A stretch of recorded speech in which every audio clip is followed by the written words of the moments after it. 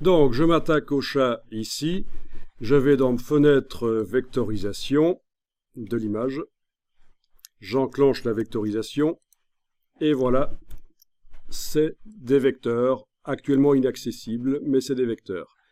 Je vais demander d'afficher le damier de transparence, et là je remarque que c'est un fond blanc, donc j'ai intérêt évidemment à aller demander dans les paramètres avancés ici d'ignorer le blanc. Comme ça, voilà, ignorer le blanc. Comme ça, les pixels blancs de l'image ne génèrent pas de vecteurs. Voilà, donc on va maintenant, ces vecteurs qui sont inaccessibles, on va y accéder en finissant la vectorisation par le menu Objet Vectorisation Décomposé. Objet Vectorisation Décomposé. Voilà. Alors, je m'occupe maintenant de l'autre image que je sélectionne et que je vais vectoriser également. J'enclenche la vectorisation pour l'autre image. Voilà. Je coche ignorer le blanc. D'accord. Alors, ce qui se passe, c'est que là, on a Illustrator qui tente de recréer en vecteur les épaisseurs des différents traits qui composent l'image. Pour l'exercice, vous allez comprendre pourquoi plus tard, on va cocher contour et décocher fond. Et à ce moment-là, ce qu'on voit là, c'est des traits d'épaisseur unique. Alors c'est moins bien, il n'y a pas les pleins et les déliés, c'est moins sympa, mais vous allez voir que l'idée, c'est qu'après, on va pouvoir appliquer n'importe quel brush dessus, des brushes Illustrator. Vous avez les différents curseurs qui vous permettent d'influencer le résultat quand même de manière assez grande quand même, hein.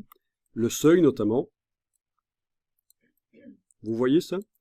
Donc grâce à cette technique qu'on est en train de voir, vous pourriez dessiner sur un coin de nappe au restaurant au bic un dessin au trait, le photographier et le vectoriser en mode contour, comme ça, c'est-à-dire qu'au lieu d'essayer de recréer les épaisseurs originales, on demande à Illustrator de faire des traits d'épaisseur égale, en sachant que par la suite, on va pouvoir leur appliquer ce qu'on veut comme brush.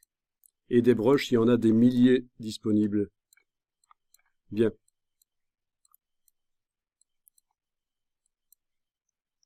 Voilà. Donc, il y a les curseurs à modifier et ça modifie parfois de manière très subtile les choses. Comme vous voyez. Vous voyez le curseur bruit, par exemple, il y a un œil qui disparaît là. De l'autre côté, il réapparaît. Et encore plus de l'autre côté, il y a un trait qui apparaît là. Donc vraiment, on peut décider du look. Il y a aussi le contour ici qui permet de déterminer quels sont les traits qui sont pris en compte ou pas. Je vous montre ici, j'étais à 10 pixels, sans doute vous aussi.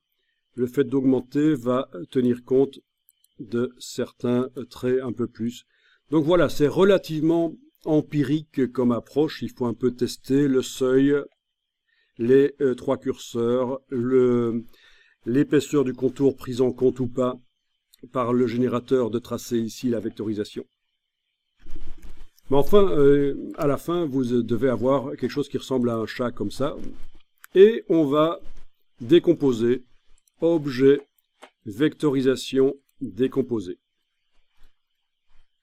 On enregistre l'image et on va pouvoir tester avec des brushes.